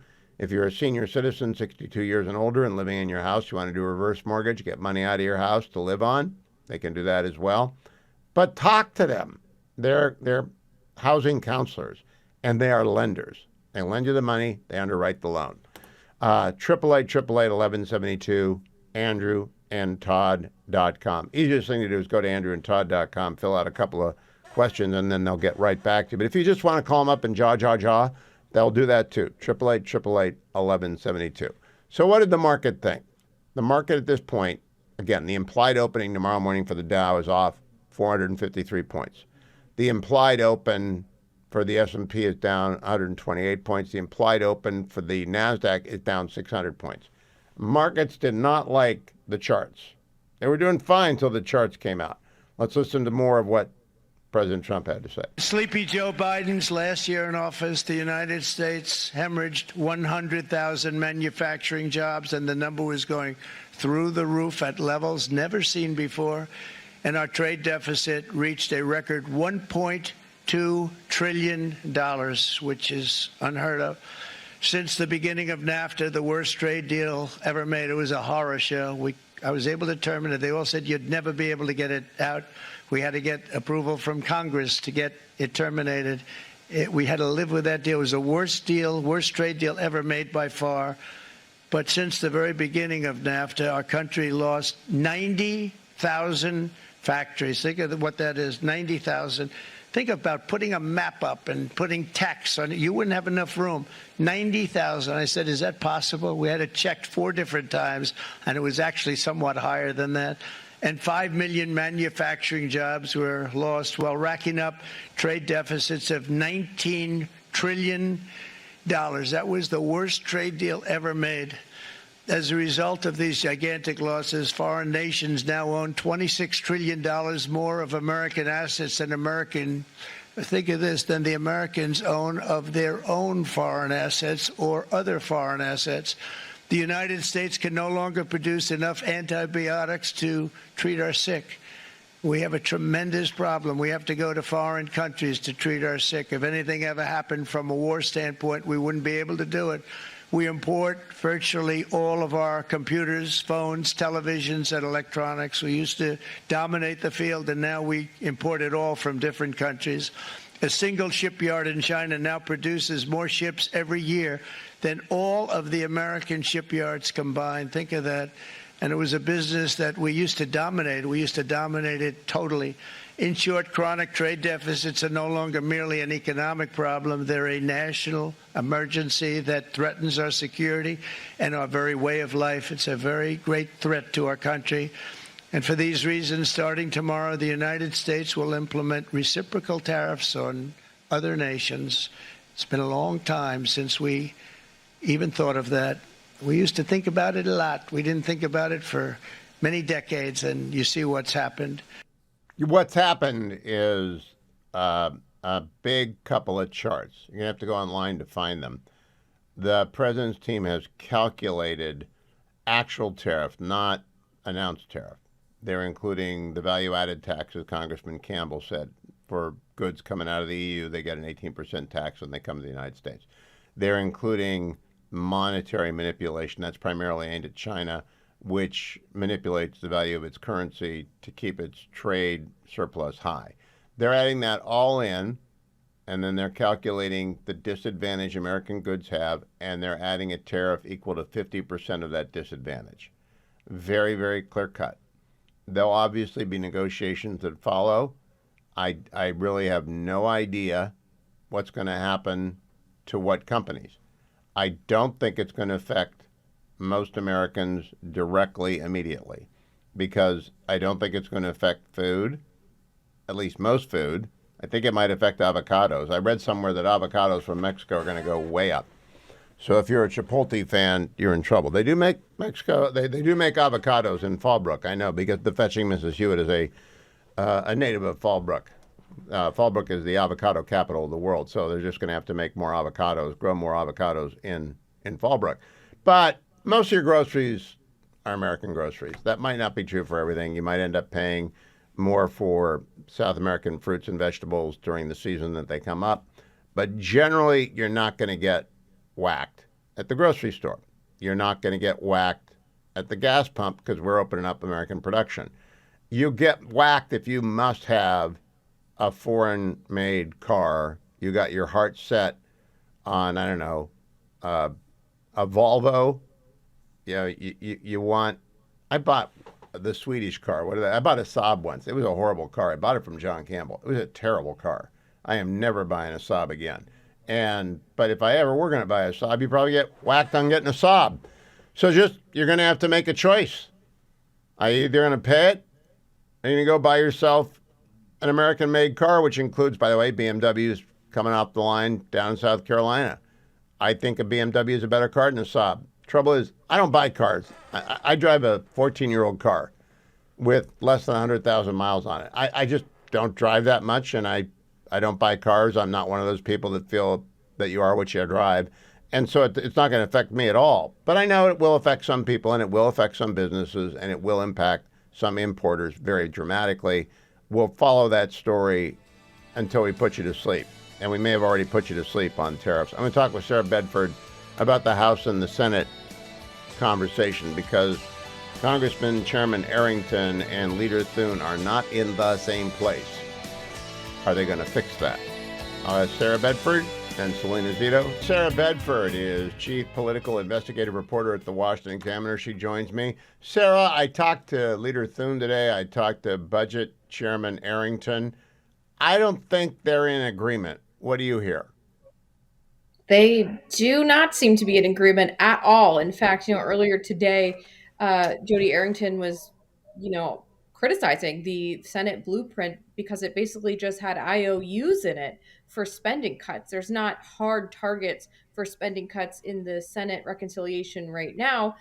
Right now, Senate Republicans are just saying, look, let's get this blueprint over the finish line, and then committees, they'll find the cuts in spending. But the House has been a lot more on top of and a lot more aggressive about how much money their version of the resolution would cut. That's the name of the game for fiscal hawks. And Johnson has a less room to maneuver. So I think those concerns are very real in the House about the spending cuts.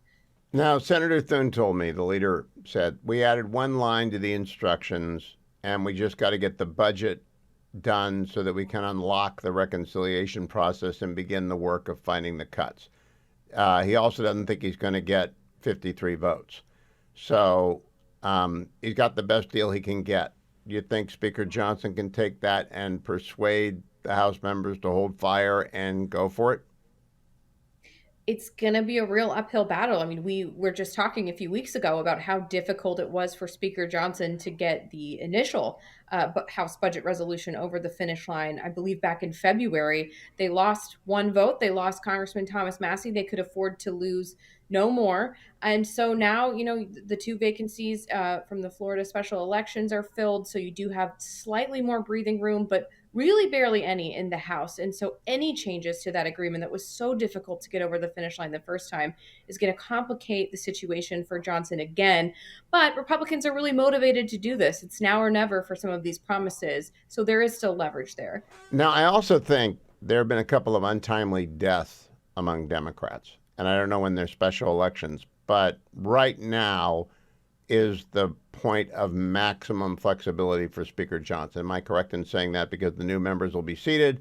They'll have 3 or 4 or 5 votes. I think it'll be 5 votes with which to play. They'll lose Massey. Then they could lose 2 more. Do you think they can hold the line at 3 losses? I think it's possible. Like you mentioned, this is the best case scenario, the best time that Johnson is ever going to have when you do have those 2 Democratic vacancies right now and you have the 2 Republican vacancies that were just filled. So the math is never going to get better for Johnson until the midterms, at which point it'll probably get a whole lot worse. So I think that's the eye that Republicans have right now. There's also enormous pressure coming from Johnson, coming from the White House to tie all this to the debt ceiling increase, which the Senate initially wasn't super interested in. But, you have Lindsey Graham out there now saying if we don't attach this right now and do the debt ceiling lift using the reconciliation process, using this reconciliation bill, then we're going to have to strike a compromise with Democrats that's going to cost a whole lot more than if we do it this way. Now, Senator Thune told me they did put that in. The debt limit is in there. Mm-hmm. However, it's in there now. They're going to pass it on Friday, and they're going to send it over. Do you expect an up or down vote on that or a volley back? Well, look, right now the House also has a whole other separate drama that's ground business to the halt, right, over the proxy voting proposition put forward by Anna Paulina Luna. So the House is actually recessed right now, and bringing the House back into formal business is going to require getting over that drama. So Johnson is juggling a lot of balls right now. He might want to move forward with this budget process, but you have Luna and the 8 other Republicans who defected with her who are right now willing to shut down all House business, including on this over the proxy voting for new parents. Now, I saw that, and I thought to myself, that's a pretty odd thing to be gambling the economic future of the country on, proxy voting. I understand that people on pregnancy, on birth leave, baby arrival, want to be able to vote by proxy. Speaker Johnson doesn't want that. Am I right about that? Most Republicans do not want that. That's right. Johnson is saying, look, this is an institution that has required in-person voting for 200 years.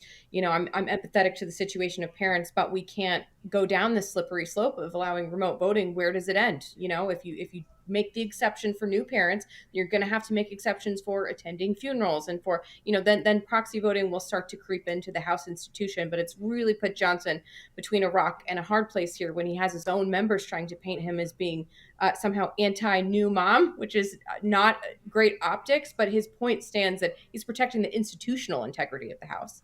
So interesting, Sarah Bedford. I cannot wait to talk to you next week because by then what happened in the Senate and what the House is looking at. Thank you, Sarah C. Bedford on X from the Washington Examiner. I've got a new column in the Examiner today on what the book Fight told us by John Allen and Amy Parnes. Go and read that at the Washington Examiner. And Selena Zito joins me. She's with the Washington Post. She's with the Pittsburgh Post-Gazette. And Selena, I believe you're fair. So I want to point out to you that in my studio, we have tchotchke to provide depth perception. NBC built the studio, and they wanted some depth perception. And for as long as I've had the studio, I've had Tim Couch, a bobble-headed doll, the original quarterback for the new Browns, has been behind me. Dwayne broke it this week. He absolutely broke Tim Couch. So I'm wondering, what do I do? It's shocking. Tim Couch is legless. He's broken. And Dwayne, I don't even know if it was an accident. I think Dwayne may have done it on purpose. What do you think? There a column in that? That's really bad. There are things you can't break in your house, right? Yeah, there's things you can't break in your house. I mean, I'd go on eBay to see if I could find it, but it wouldn't be the same. It wouldn't be this. This was an original that came with the original season tickets. I don't know, but Dwayne. Really sad. All right, you know what else is sad? I want to talk to you about, because you are the voice of the people at Iron Mountain, and I remember you wrote a column about the people at Iron Mountain. They took it on the chin on the Doge special on Fox, right? Did you see that? Yeah. Yes. So speak up for the people at Iron Mountain, Selena, because nobody else thinks they should be there. Well, that's because there's not a depth of understanding of what's happening there. And I wrote a piece that really, really explained it. This was originally built in a limestone cavern in the 50s. We're in the beginnings of the Cold War, in the nuclear age, the atomic age. People didn't know how to keep things safe. It's the retirement files of every person that's ever worked for the federal government. And we're not just talking about postal service. We're talking about high level people that work there. One of the things that they got wrong when it was initially sort of brought onto light is that there's elevators that you have to wait for 45 minutes. There's no elevators in there. I have been inside it. And they also do everything digitally. Yes, there's hard copies, but there's also digital. So the threat in the 50s was atomic, but the threat today is cyber. What if someone just completely wipes out all of that information in a cyber attack? That paper trail is still there. And by the way, these people work just a couple miles from where President Trump was shot in Butler. How many people are we talking about work at Iron Mountain? Several hundred. Okay, so I don't remember exactly. I think it's like 780. Do they feel like the Grim Reaper is coming for them? No, they actually have confidence in what they do, and they believe that they can prove that their work is valuable, what they do is important and critically needed. Has anyone besides you given them a shot at explaining what they do? Well, I don't know. I don't know if anybody has, but I suspect the White House has probably looked into this and probably understands what's going on. And I was surprised was in the Bret Baier interview, because there's a lot you learned in that. But that's sort of this dramatic thing that you can say because it's very visual. But, when you look at the importance of what they do, and they believe what they do is incredibly important. I talk to them and a lot of people that work there, and they do believe that they're not going to take it on the chin because they have a way of explaining the critical importance of what their job is. So my first question would be to them. I understand the problem of the cyber because I've been the victim of a ransomware attack here at the studio. So we ended up we didn't pay the ransom. They stole all our data. So we built duplicative systems.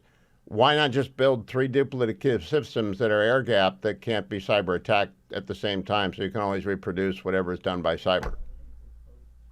Because there's not any, there's not a foolproof trust that all three won't be hit. I mean, that's the simple answer. This data and this information isn't going anywhere. Are you going to go back up can't- and talk to them after that Doge thing? Because I thought maybe you would go back, because that was the kiss of death when it came up on that's been watched millions and millions of times, and they were very persuasive executives, right? And they used Iron Mountain as the example. I probably will. We just had breaking news here in Western Pennsylvania where a $10 billion plant is being built, and there's going to be 10,000 new jobs. So that kind of took me off of what I was planning on doing the next. That should be in Ohio. What's it going to build? So last week I had a story about the Homer City coal-fired power plant, largest smokestack in the country, largest electric grid supplier in the country. They leveled it. 11 days later, they have a shovel-ready investment of $10 billion. And it's going to be the largest electricity provider in Pennsylvania, but also parts of Ohio, New York, and West Virginia and Maryland. And but it's also going to be supplying the energy for an artificial intelligent data center. And I'm not that's sure where the Ohio new wants Pennsylvania energy, Selena. I don't know about that. I'm gonna call Governor DeWine and see about blocking the grid. That's not reliable. That's Pennsylvania energy. That is not reliable energy. Selena Zito, I will go and read that. Congratulations. That should be built in Ohio. But if you had the land and you've got the power and you've got the AI people, good on you. I actually had breakfast this week with an AI guy who's building one of those things in Maryland. The American grid has got to get big in a hurry. And so I'm glad actually. Yeah, it's got to get much bigger in a much faster fashion. Selena Zito, follow her on X at Selena Zito. Everything Selena writes is available at actually, she's on X at Zito Selena. Everything she writes is at selenazito.com, and her Washington Post column is available at washingtonpost.com. Selena, have you started a YouTube channel yet? Oh, she left me. She's mad about Tim Couch. She was with me on Tim Couch. That was Dwayne's fault. We began the show today talking about the fact that Israel is making new advances in Gaza, and indeed the people of Gaza are rising up against Hamas. I forgot, however, to mention to you that one of our great sponsors is the Israeli Ministry of Tourism, which is, of course, part of the Israeli government. They know I love Israel. They know I've been to Israel. They know I love my trips there. And they asked me if it would be okay to sponsor on the show. My appeal to you, to make your reservations now to go to Israel. I said, absolutely, people should go. They should go 2 or 3 or 4 or 5 times. You can always find something new and exciting, because the archaeologists of Israel are simply second to none. The sites have actually no equal anywhere on the planet. And whether you are a Christian, a Jew, whether you're a Muslim, whether you're no faith at all, Israel's the Holy Land, and it's got the most extraordinary things to see, the best food to experience, wonderful people, welcoming people. You'll be safe. You'll enjoy it. All you have to do is visit goisrael.com.